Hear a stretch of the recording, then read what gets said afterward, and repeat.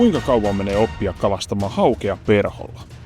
Tällä videolla kuvaan oman perhokalastuspolkuni aivan sieltä alusta asti, eli ensimmäisestä heitosta siihen pisteeseen, että perhostusta on takana 24 tuntia. Kuinka paljon tässä ajassa kehittyy, miten paljon ja kuinka isoja haukia nousee. Olen kuvannut 24 tunnin ajan kaikki reissuni, jokaisen heittoni ja kalani. Spekuloin matkan varrella kaikkia oppimaani, omaa kehitystäni ja ennen kaikkea sitä, että mihin pisteeseen hauen perhokalastajana voit päästä vuorokaudessa. Ensimmäinen reissu osui pienehkölle rehevälle järvelle, josta ajattelin, että perhoura on helppo polkaista käyntiin. Täällä ollaan ensimmäisessä puskassa. Siitä lähtee. Ja mä ajattelin nyt ottaa mun ensimmäiseen reissuun henkiseksi tueksi Urpojen haukiperhospesialisti Pauli Varsila. Spesialisti on ehkä vähän väärä sana. Mun viimeisestä kunnon haukiperhoreissusta on meinaa vähän aikaa. Mutta sä oot ainoa, joka on saanut kunnon perhokaloja, niin voi olla, että sä oot yhdellä reissulla niitä saanut, mutta se on silti, se lasketaan spesialistiksi tässä porukassa. Katsotaan, tapahtuu nyt nää tonne. Let's go. No niin, sit lähtee ensimmäiset elämäni ekat. Onpas mulla kireällä tää. Tässä nyt pitäis vähän löystää.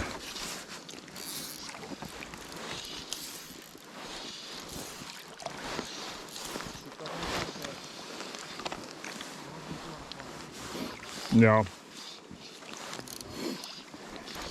Ai kun tää alku tuntuu oudolta, että painavalla heittää.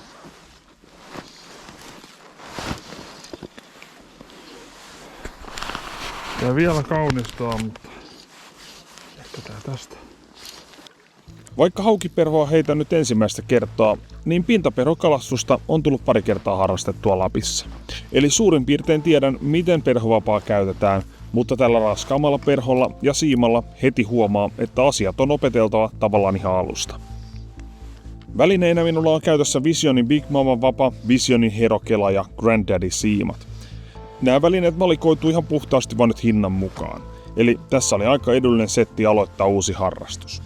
Perhoina mulla on käytössä Superflysin haukiperhoja, ja näitä tuli aikoinaan saatua, ja värikartta oli aika kiva ja kattava, niin uskoin, että nämä riittää kyllä tälle ajalle. Noin tunnin heittelyn jälkeen tapahtui jotain ensimmäistä kertaa.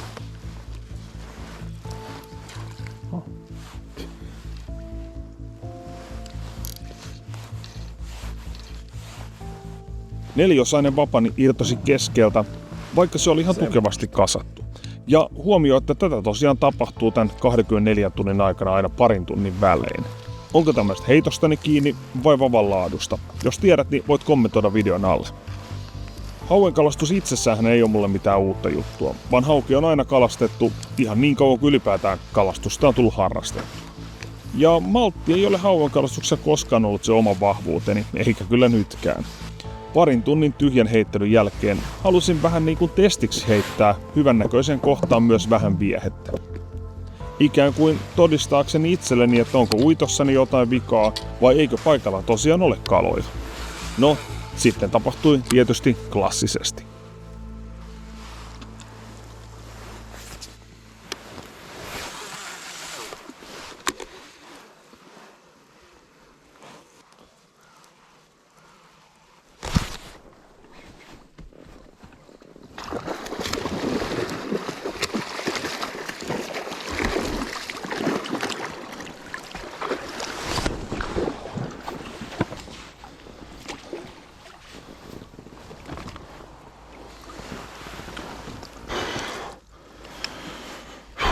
Vittu, mä en oo valmis tuohon.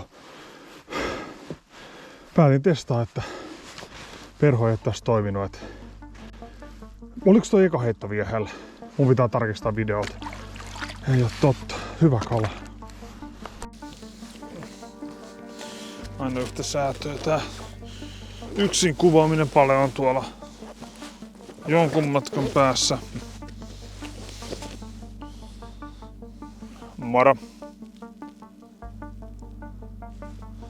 Jos koitan tässä vähän kuvaa, vähän säätöä kamera tossa jossain mättäällä, mulla on joku 6+ haavissa, niin joo, mutta tyylin toka heitto vieheellä tässä kohtaa heitteli perhoa ja sitten silleen, että eka tai toka heitto vieheellä ja sitten nasahti. Oli kyllä läppä. Mut mä kuvaan tän kalan, mulla on tossa rekki päällä, mä just koitin saada liplokkiin, niin palataan kohta. Moro. No paljon tossa kilometrin päässä, tai puolen kilsan päässä ehkä. Ja muuten me ollaan tänään oltu lähekkään, mutta nyt on ollut hiljasta, niin otettiin vähän etäisyyttä toisiimme. Ja totta kai just silloin täällä on tämmönen HK-kala, ei tää vielä iso on, mutta perholle tää olisi ollut. Perholle mä oon sitä laskenut oikeasti isoksi.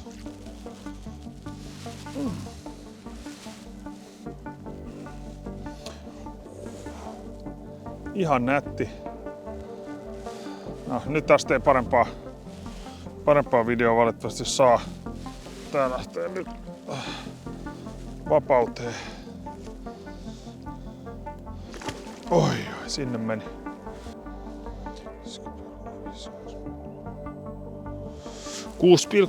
,3. Okei, nyt tuli pieni kierrepallo tähän mun perho-challengeen. Mä menin saamaan vahingossa vieheellä ihan hyvä hauen. Ja se mikä on varmaa, niin jos mä teen tosen perho-challengen, niin mun ensimmäisenä perhopäivänä ei voi käydä niin, että mä tuun saamaan vieheellä niin iso haue, että mä koko tämän 24 tunnin challengen aikana en saisi isompaa. Tuo ei vaan voi jäädä isommaksi kalaksi. Joten tämän perho-challengen nyt mun ykkösfokus on se, mun on pakko saada 24 tunnin aikana isompi hauki kuin 6,3 kiloa. Se ei tule helppoa, varsinkaan tällä statsimäärällä mitä nyt on, että mä en saa yhtään tärppiikään tuohon perhoon. Mutta nyt mä alan grindaa, ei auta muu. Let's go. Tommosessa paikassa mä kuvasin keskellä vaan. Laita vähän mättää tommosen pienen kuvausalusta, ei ollut kiva. Tämä kala jäi lopulta reissun ainoaksi kontaktiksi. Ja koska se tuli viehellä, sitä ei tietenkään näihin tilastoihin lasketa. Ensimmäinen reissu oli odotettua vaikeampi, sillä mä olin ihan varma, että jotain tapahtumaa kyllä perhoon saan. Mutta tosiaan 0 kalaa, 0 tärppiä. Heittämiseen ja uittoon ei tullut kyllä yhtään tatsia, joten niiden osalta myös kehittyminen jäi ihan pieneksi. Seuraava reissu kohdistui vieläkin pienemmälle lammelle. Jos täältä nyt saisi kalaa, kun heittopituudet on vielä aika lyhyitä.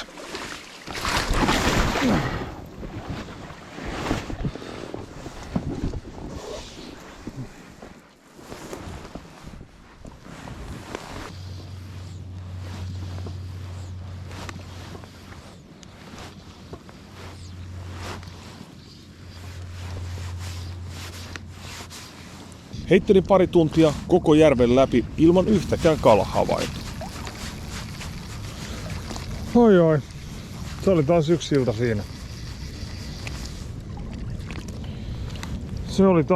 ilta siinä. Ei auta muuta kuin mennä kotiin opiskelemaan lisää. Hyvää yötä. Tokan reissun antia oli kuitenkin se, että heitossa oli pientä kehittymistä. Pituutta tuli vähän lisää, mutta edelleen siima esimerkiksi karkailee sormista kesken heiton ja sylissä oleva siima takertuu kaikkialle renkaassa. Kolmas reissu kohdistui taas uudelle pienelle järvelle, mutta ennen sitä esitellään tämä videon sponsori sekä heidän aivan upea talvikampanja, joka on voimassa vain rajoitetun ajan. Deeper Chirp Plus 3 ja Power Bundle on Deeperin talvikampanjatuote.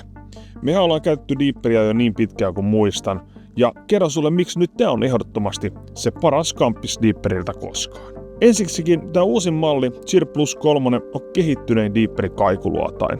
Deeper on muutenkin näppärä ja monipuolinen todella moneen, esimerkiksi rantakalastukseen, pilkintään tai missä itse käytän sitä ehdottomasti eniten, renkaasta kalastamiseen. Uusi Chirp Plus 3 on kaikki aikojen tehokkain malli ja piirtää uskomattoman tarkkaa kuvaa. Sisäänrakennettu GPS ja uudet 3D-kartat antavat ihan uudenlaiset apukeinot kalastajalle. Mutta miksi mä oon niin innoissani nyt just tästä talvikampanjasta? Tämä on siis Power Bundle, eli tässä talvikampanjassa tulee mukana aivan huikea kannettava aurinkopaneelilaturi. Tää tulee olemaan ihan superiso apu monella kalareissulla. Niin Deeperin, puhelimen kuin muiden kameroiden laitteet saa ladattua tästä kätevästi. Varsinkin meillä näin Lapin-reissulla, kun voi laittaa rinkkaan kiinni ja akut saa siinä kävellessä ladattua. Ihan superkätevä. Ja kuten alkuun mainitsikin, hei tää kampanja on ihan rajoitetun ajan vaan saatavilla. Joten jos sä oot joskus miettinyt Deeperin hankkimista, nyt on ehdottomasti paras paketti koskaan saatavilla. Tilaa Deeper ja katso lisätiedot videon alta linkistä. Uusi pieni järvi näytti ihan lupaavalta, mutta aika hälyttävää oli se, että Deeper Pierce syvyydeksi semmoista noin metriä kauttaaltaan. Ja alkuun alkoi heittokin tuntua olevan taas ihan hakusessa, vaikka luuli, että viime kerralta kehityi. No mutta aina vaatii se muutaman lämmittelyheiton ennen kuin lähtee kunnolla käyntiin. Nyt alkaa vähän heitto sujuu. Tuntuu, että keksii miten saa sen viimeisen voiman siihen, että se lentää ihan tonne Kaislaan asti. Ei tää vieläkään niinku kaunistaa, mutta nyt mulla on niinku isompi usko siihen, että mä tavallaan kalastan paremmin, kun mä pystyn heitolla katsomaan oikeesti jo järkevän koko se alueen. Mutta nyt heitto välillä on oikeesti aika siedettävä. Taas tonne seuraavaksi maksimi yriä. No ei ollut maksimi. Hitto kun tästä osakaa puhua ja kertoo, että on muka kehittynyt, niin samaa paskaa sit se yhtäkkiä taas on.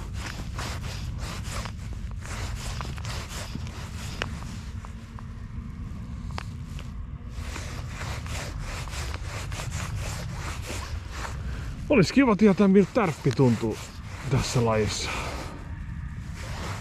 Varma tärppi. Oi, täältä! Mitä?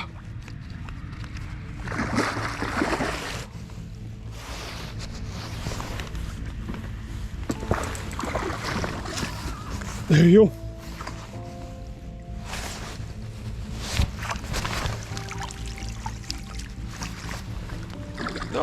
En mä nyt ala haavaa. Ei, kyllä eka haavaa. Eka haavataan. Aina tuu sieltä. Hei!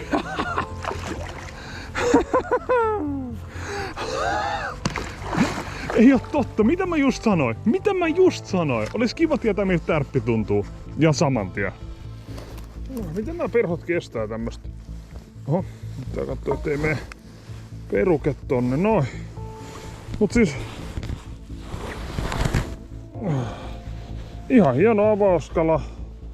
Tämmönen joku... Mitä mä sanoisin, 2,5 kiloa haukea.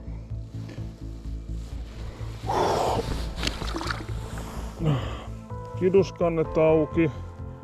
Ne pitää aina katsoa, jos käsittelee kalaa. Noin ja sinne. Anna mennä. Hienosti ui. Elämäni ensimmäinen perhokala tuli tämmöisellä. Kyllähän siinä kesti, mutta ensimmäinen perhokala on nyt totta. Mä rehellisesti luulin, että tässä menisi ihan maks pari tuntia, mutta nyt lähes 11 tuntia sai piiskata ennen ekaa kalaa. Ihan crazy. Nyt myös mun luotto uittoon kasvoi hiukan. Mä tiedän, että nyt voi saada kalaa. Heittopituus pikkusen oli parantunut, mutta edelleen mä huomaan, että heittoliike on vähän liian repivä. Ja se alkoi tässä vaiheessa jopa tuntua vähän ranteessa, että tekniikassa ne oli vikaa.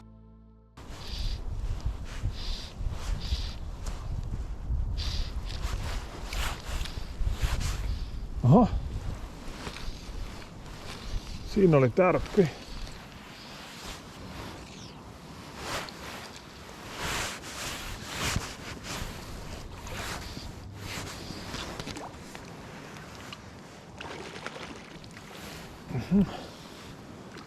Oi mikä jätti. Oi mikä jättiläinen. Kattokaa tätä, wow. Ai. No, saatiin vihdoin taas vähän tilastoihin kappaleita. Nyt vihdoin on kalatili auki. Se tuntui tosi hyvältä, mutta samalla laittoi miettimään, että miten mä saisin tätä kala per tunti tilastoa vähän paremmaksi. Nyt oli käynyt vain järvillä, ja syksyn sateiden takia nämä monet järvet on aika sameassa kunnossa. Perho ei liikuta vettä niin paljon kuin vieheet, joten mä ajattelin, että hauen metsästys pitkälti on nyt näköaistin varassa. Tästä heräsikin mulla idea, että vois lähteä merelle kalaan seuraavaksi. Noniin, nyt ollaan heittänyt challengein noin puolivälissä. Me tultiin nytten poikkeuksellisesti merelle kalaa. Eli tähän asti mä oon vetänyt pelkästään järvillä. Ja se mun fiilis vähän siitä, että järvillä kun on vähän sellainen tummempi vesi, välillä vähän sameempi vesi, niin musta tuntuu, että perhot ei niin hyvin toimi siellä, koska perhot ei liikuta niin paljon vettä kuin vaikka uistiin. Ja jotta perhon se kala iskee, sen pitää aika näköhavainnolla mennä. Joten nyt mä tuun testaamaan merellä, missä pitäisi olla pikkusen kirkkaampi tää vesi, että toimiks perhot täällä sitten niinku suhteessa paremmin. Mutta totta kai tässä tuli pieni takapakki nyt meille, eli mulla on yksi tämmönen feegisvärinen särkijäljitelmä perho tässä, Ja tää on mun ainoa perho tänään. Mulla jäi pakkihimaa. Ja tästä on semmonen, olisi reilu tunti kun vetäisi edestakaisin hakea pakkiin, jota siihen mulla ei nyt aikaa. Joten nyt pitää toivoa, että ainokainen väri pelittää. Toki tää nyt vois kuvitella, että tää on merellä ihan ok väri, mutta vähän harmin paikka tää niinku takaiskuna oli. Mutta vaikka mulla on yksi perho, niin mulla on onneksi muita apuvälineitä täällä. Eli nyt me otettiin Deeper messiin, koska nyt me tarvitaan pari eri juttua siitä. Meidän pitää löytää tarpeeksi kylmää vettä, koska perhot rokkaa siellä kylmässä pikkusen paremmin. Deeperillä me nähdään helposti tavallaan eri noi kaislapussit ja suuaukot ja edustat, että missä on nyt sitä kylmintä vettä, ja sinne me mennään nimenomaan niitä haukia etsimään. Katsotaan mitä tapahtuu. Let's go!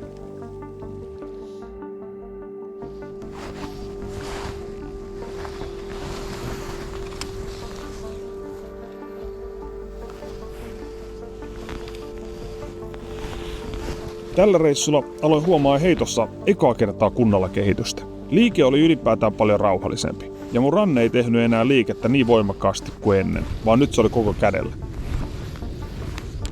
Siima myös suoristui heiton lopussa paremmin eikä jäänyt aina luupille.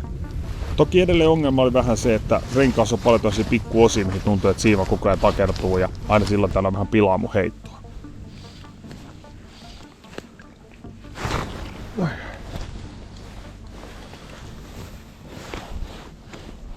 Onks ollut mitään? Mä olin just huutamassa sulle, niin mä katoin sinne, niin tuli tärppi ja hitto ei ehtinyt keskittyä. Paska tuuri.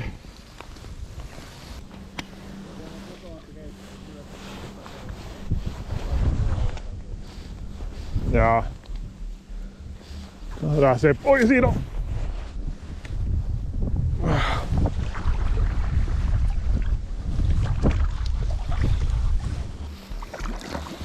Niin.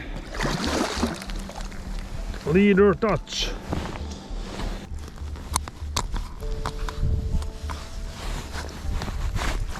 No.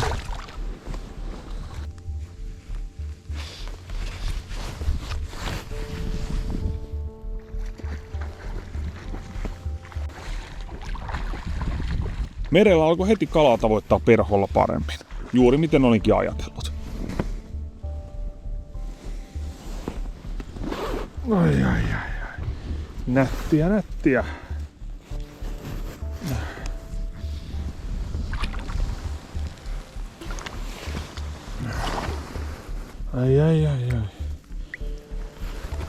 Nättiä puha. Kolmas kala samasta kaislakohdasta, eli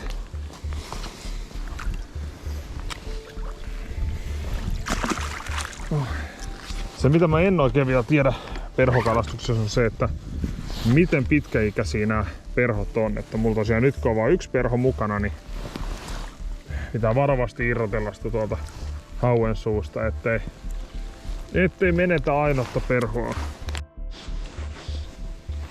Ja heti seuraava heitto. Ei. Jaa, hitto. Tää oli vähän ehkä parempi, veti aika kivasti. Pitkään sai heittää tämmösiä kaisareunoja ja koloja ilman mitään tapahtumaa. Nyt tähän tuli tämmönen aika kiva, että tuolta tähän pidemmältäkin pääsee tuuli tähän painamaan. Ja tosi tämmönen klassikko, hyvän näköinen kaislakulmaus. Niin mä veikkaan, että nyt kannattaa vähän hitaasti sit kalastaa nää missä on ollut tapahtumia, niin vähän normaalia hitaammin ja tehokkaammin koittaa kalastaa. Että veikkaan, että liikaa ei löydy sellaisia pieniä spotteja, missä on selvästi paljon sitä aktiivista kalaa, niin hyödynnetään ne, mitkä löytyy.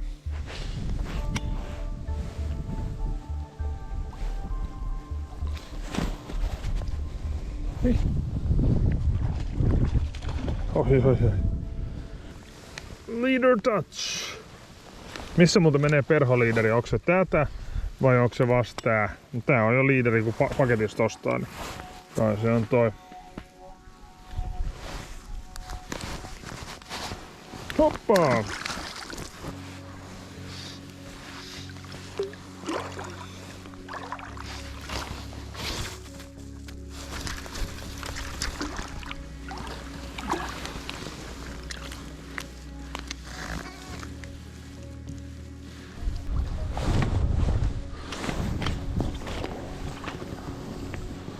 Oi, mikä operaatio, että sai perhon takas. Yksi perho vaan mukana, niin tää olisi jäänyt jonnekin. Missä ikinä olikaan jumissa, niin se olisi harmittava.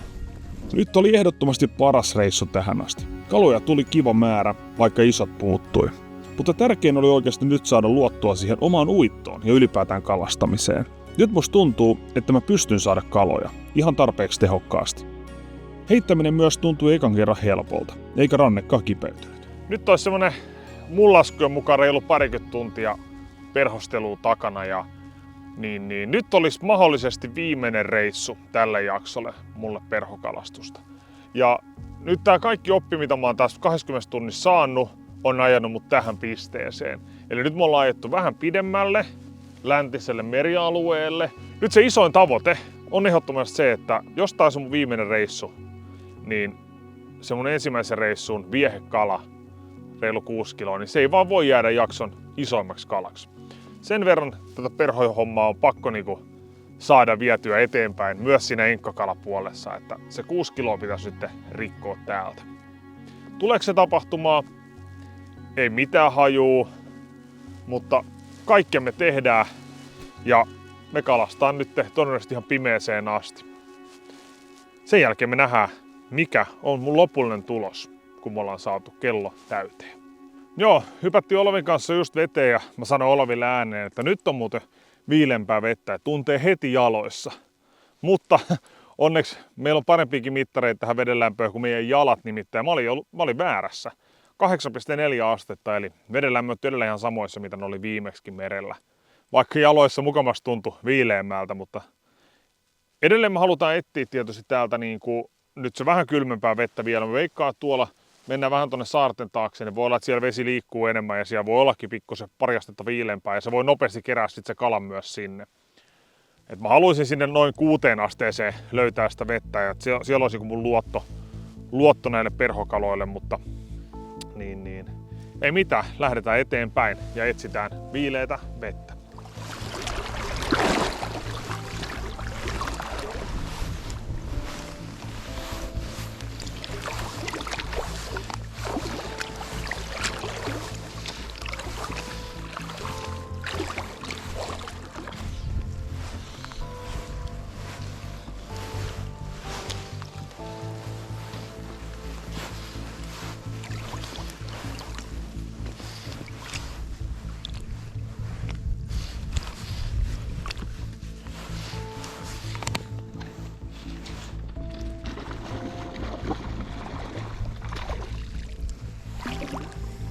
On tää nättiä puu. Eikä kala.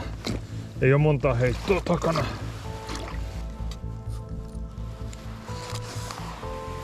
Ja vaikka on tosiaan yksi koukku, niin nää on kyllä usein, kun ne on kiinni, niin ne on myös hyvin kiinni. Nättiä. Ja tää samalla värillä jatkan, mikä toimi viimeksi merellä hyvin. Heitetään diipperi veteen ja mä haluan nähdä, että joka paikassa missä tulee kala pitää nyt tänään kurkkaa, että onko siinä jotain erilaista. Niin okei, tässä on vaan 1/3. Mut tsekatkaa. Vähän viilempää vettä heti. 7,2 on asteen viilempää, mitä oli tuolla toisella puolella.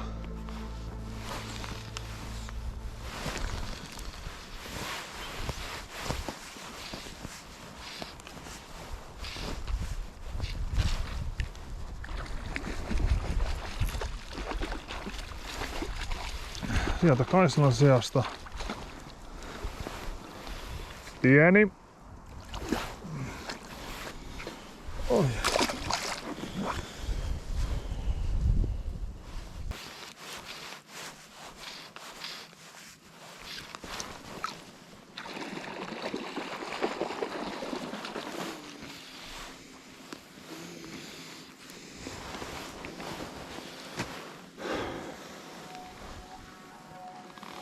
Tää on vaan aika pientä kalaa nyt tällä alueella. Mutta tarkoittaa, että tää on niin pientä kalaa, että vähän jopa karosteoriaa, että onko se isoinen. Hengaa nämä pienet edes isojen kanssa, kato. Nää on tämmösiä suupalan kokoisia melkein. laitoin ne ylös, ettei näytä tyhmät siinä.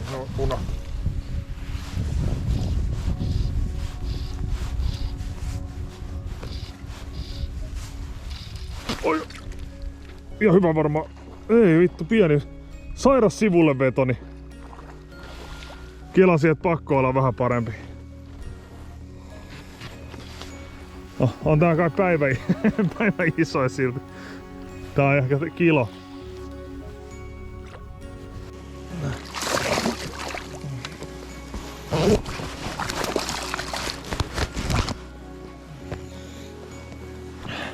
Moro! No joo, mä oon just tässä hauki siimon päässä. Ollaan Olvikaa perhostamassa.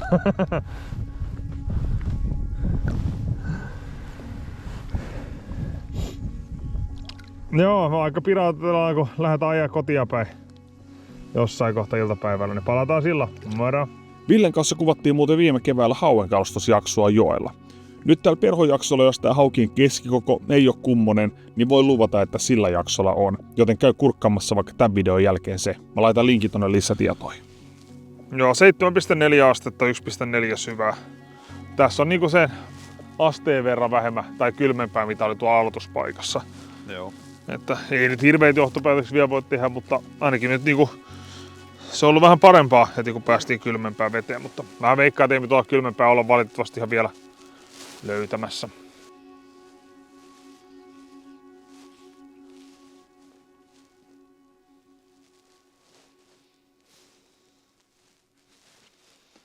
Tätä mä en niinku ymmärrä. Tätä käy täällä vaan valia sikana. Onko se mun heittotekniikka vai onko tää vaan paska vapa? Noin tunnin välein lähtee tää keskiosa irti. Ja taas tuntia myöhemmin. Kertokaa nyt mulle kommenteissa, mitä mä teen väärin, vai onko tää vapa vaan oikeasti näin skeidaa laatua?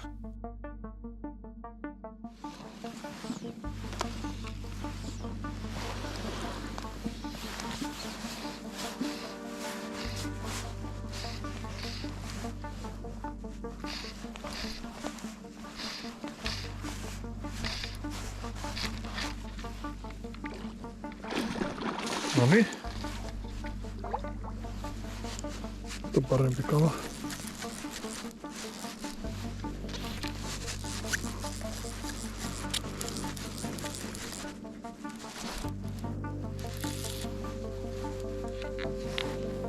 Onks tää ihan haavikala? Ihan vaikea sanoa. Otetaan varmuuden vuoksi tohon eteen.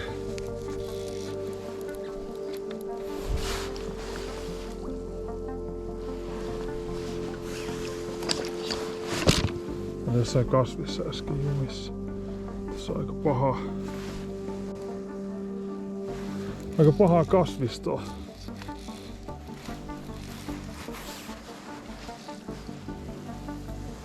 Ei mitään haimien kokoinen kala. En saanutkaan. Ei vittu. Nyt oli hyvä kala. Oi vittu, siinä oli hyvä kala.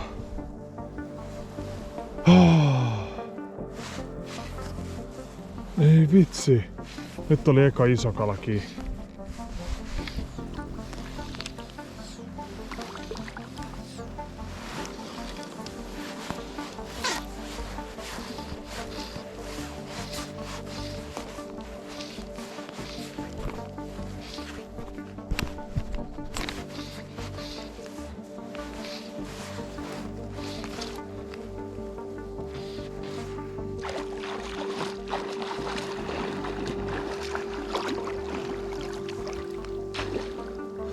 Paljon pikkukalaa tossa ja eka heitto ja heti hauki.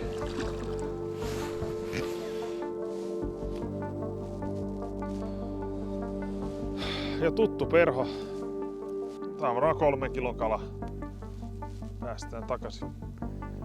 Joo, kyllä tässä suht kirkas vettä kyllä. Joo, ihan tarpeeksi kirkas. Tää on niinku se.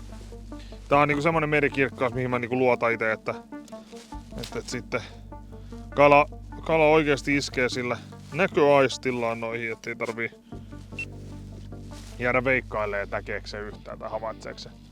Joo. Mitenkään, että Et se yhdellä järvellä, missä mä kävin eilen, niin siellä tosiaan niin dronesta kun katso, kun mä siinä polskuttelin, niin mun räpylöitä ei edes näy.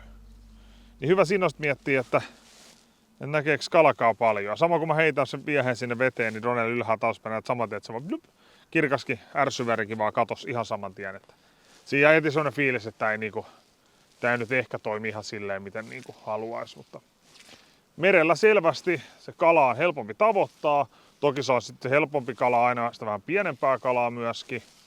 Perho ei vaan itsessään niinku karsi niin paljon sitä pikkukalaa, kun taas viehellä sä voit pistää se 30-senttisen kummin, tiedät, että siihen ei kauheasti ne pikkuset tule iskeä, mutta perhosta tavallaan sä et toista koko ihan loputtomasti kasvattaa, niin muuten se oikein voi heittää, niin huomaa, että siinä on niinku vähän eri, että määrät on kyllä varmaan kovemmat aina.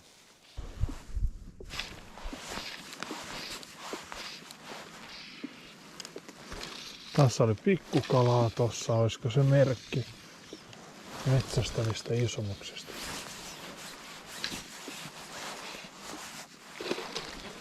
Oi! Näit sä?